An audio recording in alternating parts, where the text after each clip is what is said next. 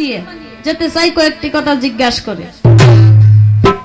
হে cup হে ইয়া, এই 4 অক্ষরে হয়েছে ফকিরিয়া, তাই না গো বাবাজি? এই 4 অক্ষর ছাড়া কি ফকিরিয়া হয়? কোনোদিন কিন্তু হয় না। তাহলে এই 4টা অক্ষরের অর্থ কি আমি অর্থ বুঝি নাই? তোমার কাছে জানবার জন্য চাই। সর্বপ্রথমবারে গুরু ভক্ত কোনজন? ভেঙে বলো তার মূল কারণ। সর্বপ্রথমবারে কোন গুরু কোন ভক্তকে কোন জায়গার ভেতরে কোন হাত ধরে কিভাবে বায়াত দিয়েছিল, এই কথাটা তোমার কাছে আমার জিজ্ঞাসা করি।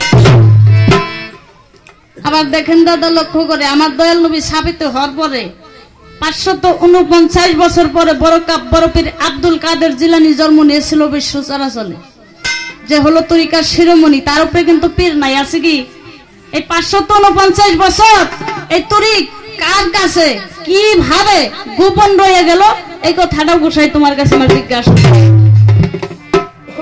এই পর্যন্ত থাক প্রথম আসর নাকি কর?